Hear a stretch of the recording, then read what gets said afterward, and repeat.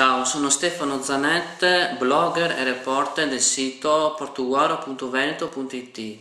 Stamani andrò ad intervistare il sindaco di Portuguaro, Antonio Bertoncello, al quale rivolgerò alcune domande sulla nostra città.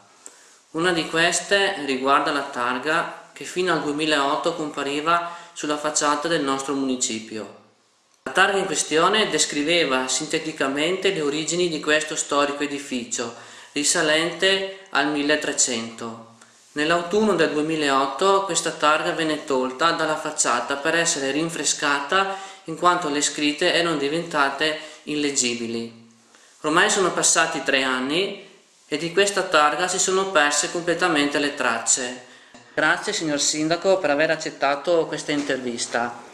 Volevo chiederle che fine ha fatto la targa che appariva fino al 2008 sulla facciata del municipio. Ma diciamo che la targa che appariva sul municipio era una targa che era stata realizzata credo dai Lions ed era una targa che non riguardava solamente il palazzo municipale ma guardava anche altri palazzi storici del centro storico di Portoguaro.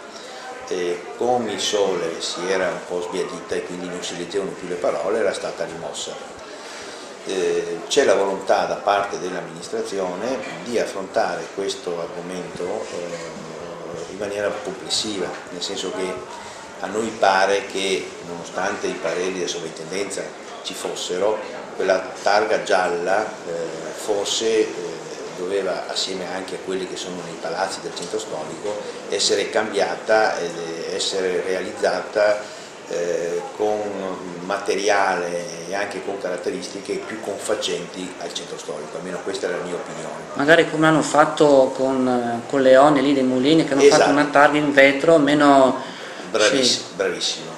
E bisognava anche stare attenti a non sovrapporre delle comunicazioni, per esempio,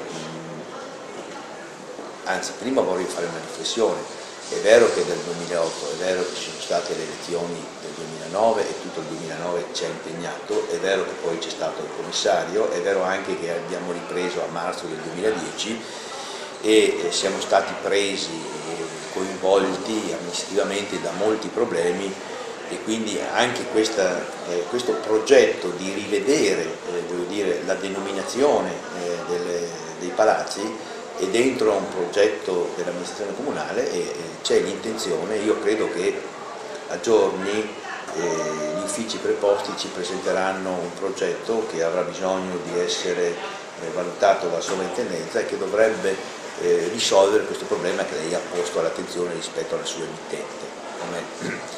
Credo anche che noi stiamo attenti perché stiamo facendo anche altre comunicazioni tipo quelle del Leone, del ponte di via Roma. Non ci possono essere comunicazioni che si sovrappongono. Quella del COD, che faremo la conferenza stampa a breve, anche quello è un materiale plastico. Non sarebbe, scusi, il COD? Il COD faranno una conferenza stampa adesso, è quell'iniziativa che abbiamo messo assieme col Comune di Concordia, che un turista attraverso la fotografia di questo codice, che è quello che ha anche R1, sì, in copertina. Quella copertina di R1, una volta fotografato ha dentro tutte le informazioni sul palazzo dove questo è collocato, o potrebbe avere, se è collocato, questo logo, non si chiama logo, COD, viene fotografato, non so, di fuori del teatro comunale, un turista, un cittadino può avere tutto il programma della stagione teatrale o della stagione dell'estate musicale di Santa Cecilia. Comunque, ritornando a noi, bisogna che stiamo attenti a non duplicare la comunicazione o creare situazioni anche poi non coerenti. Quindi quello che le posso dire è che ormai la soluzione di questo problema, o meglio la sistemazione di questa targa, credo che in poco tempo verrà. Quindi entro fine anno? Io sono un po' più ottimista, spero molto prima, spero ai primi mesi di autunno. Ho capito.